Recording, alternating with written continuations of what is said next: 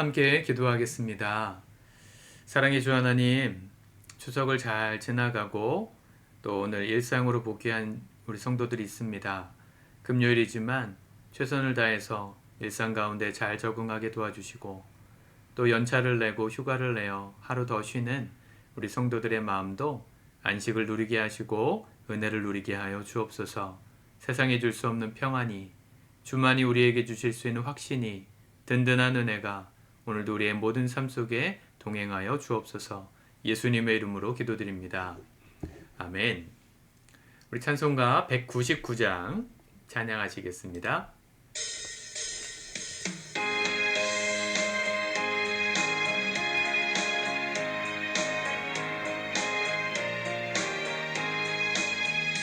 나의 사랑하는 책 비록 헤어졌으나 어머니의 무릎 위에 앉아서 재미있게 듣던 말 그때 일을 지금도 내가 잊지 않고 기억합니다. 귀하고 귀하다 우리 어머니가 들려주시던 재미있게 듣던 말 이 책 중에 있으니 이 성경 심히 사랑합니다.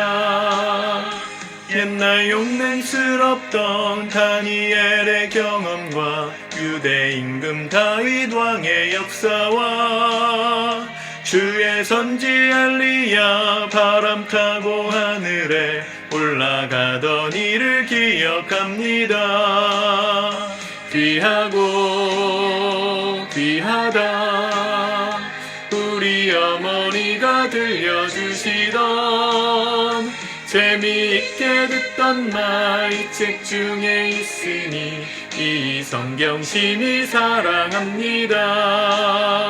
예수 세상 계실 때 많은 고난 당하고 십자가에 달려 죽임 당하니 어머니가 읽으며 눈물 많이 흘린 것 지금까지 내가 기억합니다.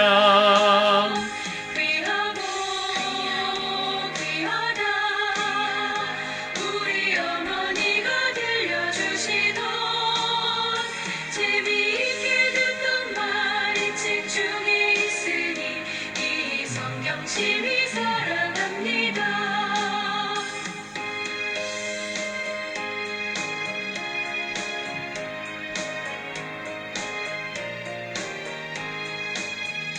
그때 일은 지나고 나의 눈에 화나오 어머니의 말씀 기억하면서 나도 시시때때로 성경 말씀 읽으며 주의 뜻을 따라 살려 합니다. 귀하고 귀하다 우리 어머니가 들려주시던 재미있게 듣던 말 이 책 중에 있으니 이 성경 심히 사랑합니다. 아멘. 오늘 하나님의 말씀은 역대하 22장 1절에서 12절까지의 말씀입니다. 같이 읽고 묵상하도록 하겠습니다. 22장 예루살렘 주민이 여호람의 막내 아들 아하시야에게 왕위를 계승하게 하였으니 이는 전에 아라비아 사람들과 함께 와서 진을 치던 부대가 그의 모든 형들을 죽였습니다. 그러므로 유다 왕 여호람의 아들 아하시야가 왕이 되었더라. 아하시야가 왕이 될 때에 나이가 42세라 예루살렘에서 1년 동안 다스리니라. 그의 어머니의 이름은 아달랴요 오므리의 손녀더라. 아하시야도 아합의 집길로 행하였으니 이는 그의 어머니가 꾀어 악을 행하게 하였습니다. 그의 아버지가 죽은 후에 그가 패망하게 하는 아합의 집의 가르침을 따라 여호와 보시기에 아합의 집같이 악을 행하였더라.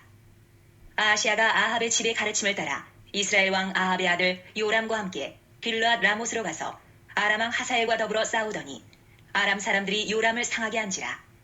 요람이 아람 왕 하사엘과 싸울 때에 라마에서 맞아 상한 것을 치료하려 하여 이스라엘로 돌아왔더라. 아합의 아들 요람이 병이 있으므로 유다 왕 여호람의 아들 아사랴가 이스라엘에 내려가서 방문하였더라. 아시아가 요람에게 감으로 해를 입었으니 이는 하나님께로 말미암은 것이라.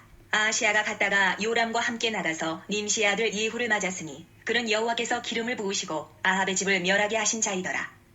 예후로 하여금 아합의 집을 심판하게 하실 때에 유다 방백들과 아하시아의 형제들의 아들들 곧 아하시아를 섬기는 자들을 만나서 죽였고 아하시아는 사마리아에 숨었더니 예후가 찾음에 무리가 그를 예후에게로 잡아가서 죽이고 이르기를 그는 전심으로 여호와를 구하던 여호사밧의 아들이라. 하고 장사하였더라. 이에 아하시아의 집이 약하여 왕위를 힘으로 지키지 못하게 되니라. 아하시아의 어머니 아달랴가 자기의 아들이 죽은 것을 보고 일어나 유다 집의 왕국의 씨를 모두 진멸하였으나 왕의 딸 여호사부앗이 아하시아의 아들 요아스를 왕자들이 죽임을 당하는 중에서 몰래 빼내어 그와 그의 유모를 침실에 숨겨 아달랴를 피하게 하였으므로 아달랴가 그를 죽이지 못하였더라. 여호사부앗은 여호람 왕의 딸이요 아하시아의 누이요 제사장 여호야다의 아내이더라. 요아스가 그들과 함께 하나님의 전에 6년을 숨어있는 동안에 아달랴가 나라를 다스렸더라. 아멘. 이번 주 내내 보았던 왕들의 이야기. 저는 같은 날 지금 4편의 설교를 찍고 있습니다. 우리 추석 이후의 시간에 제가 찍을 시간이 없을 것 같아서 미리 찍고 있는데 이 열왕기 상하 또 역대 상하의 말씀을 좀 이렇게 날마다 하루 동안의 깊이 스토리로 읽으시면 이 전체가 좀 보입니다. 어제도 말씀드렸지만 이 여호람 시대 때부터 남유다 왕국도 망조가 들기 시작했다 그랬지 않습니까?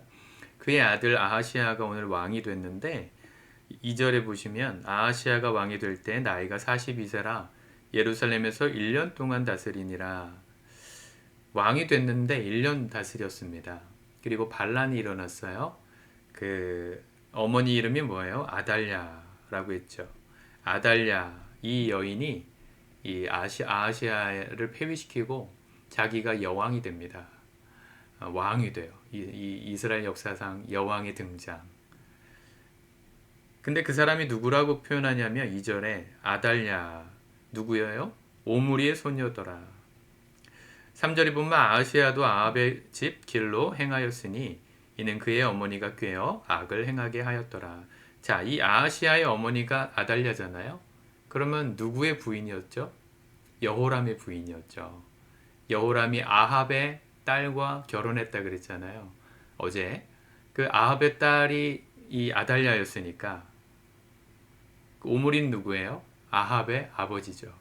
그러니까 이스라엘의 전통 악한 왕의 대명사 오므리와 아합 시대가 이 남유다에게 전파돼서 남유다까지 망조가 된 그 길을 연 사람이 어제 보았던 여호람이고요. 그리고 그 아들 아하시아가 1년 다스리고 폐위된 다음에 이 북쪽 이스라엘의 정통성을 가진 아달랴가 왕위에 올라갑니다. 결혼도 잘해야 되는 것 같습니다. 제가 결혼할 때 정년기에는 청년들 늘 얘기하지만 어른들이 보통 믿음이 있는 청년들 만나라, 신앙 좋은 청년들 만나라 그러잖아요. 정말 신앙만 보는 경우들은 많이 없는 것 같아요. 스펙도 보고 키도 보고 나이도 보고 인물도 보고 성격도 보고 다 보고 거기에 플러스로 신앙이 있으면 좋다. 그런 경우들이 대부분인 것 같습니다. 제가 마음이 나중에 시집 보낼 때도 비슷할 것 같아요. 아이가 결혼하고 싶은 사람이라고 데려왔는데 믿음은 진짜 막 제가 봐도 좋은데 형편없이 산다. 사실 그렇게는 어렵거든요. 정말 믿음 있는 사람은 삶도 열심히 살 수밖에 없어요. 정말 믿음이 좋은데 아무것도 안 하고 무력하다? 저는 그렇게 될 수 없다고 보거든요. 정말 장애가 있지 않는 한 불가능하다 보는데 만약 그런 사람 데리고 오면 저도 좀 심란하겠죠. 여러분 결혼도 잘 하시길 축복합니다. 결혼시켜야 될 자녀들이 있으시다면 여러분 믿음의 배우자 만나기를. 믿음의 배우자는요 그냥 대충 살지 않아요. 정말 하나님 진짜 잘 믿으면 정말 하나님 뜻대로 살고자 열심을 낼 수밖에 없어요. 가수 션이 선한 영향력을 끼치고 있잖아요. 처음에 그가 선행을 하고 기부를 할 때는 하나님 이야기 거의 안 했는데 최근 들어서 정말 많이 하더라고요. 어느 방송을 나가든 자기가 크리스찬이라는 얘기들을 많이 하더라고요. 그가 그렇게 열심히 무언가를 위해서 뛰기 시작한 이유를 새롭게 하소서에 나와서 간증한 적이 있는데 자기가 정말 예수님을 만나고 보니까 그 전까지는 맨날 똑같은 죄에 넘어지고 또 회개하고 똑같은 죄 때문에 또 넘어져서 회개하고 반복하는 삶, 무기력한 신앙인이었는데 어느 날 정말 예수님을 인격적으로 만나고 나니까 삶이 달라지더래요. 정말 생각이 달라지더라는 거예요. 그날 정말 하나님 앞에 회심하고 아침에 기도의 자리에 일어나서 아침밥을 먹으러 갔는데 늘 먹는 김치찌개 집이었는데 그날 먹은 김치찌개의 맛은 다르더라는 거예요. 그리고 마음에 소원이 생겼대요. 내가 날 구원해 주신 그 하나님이 기뻐하시는 일을 평생 하면서 살고 싶다. 진짜 하나님을 믿게 되니까 하나님이 기뻐하시는 게 뭘까 고민하게 됐고 하나님이 이거 하면 기뻐하시겠다는 거 따라가다 보니까 열심히 살지 않을 수가 없었다는 거예요.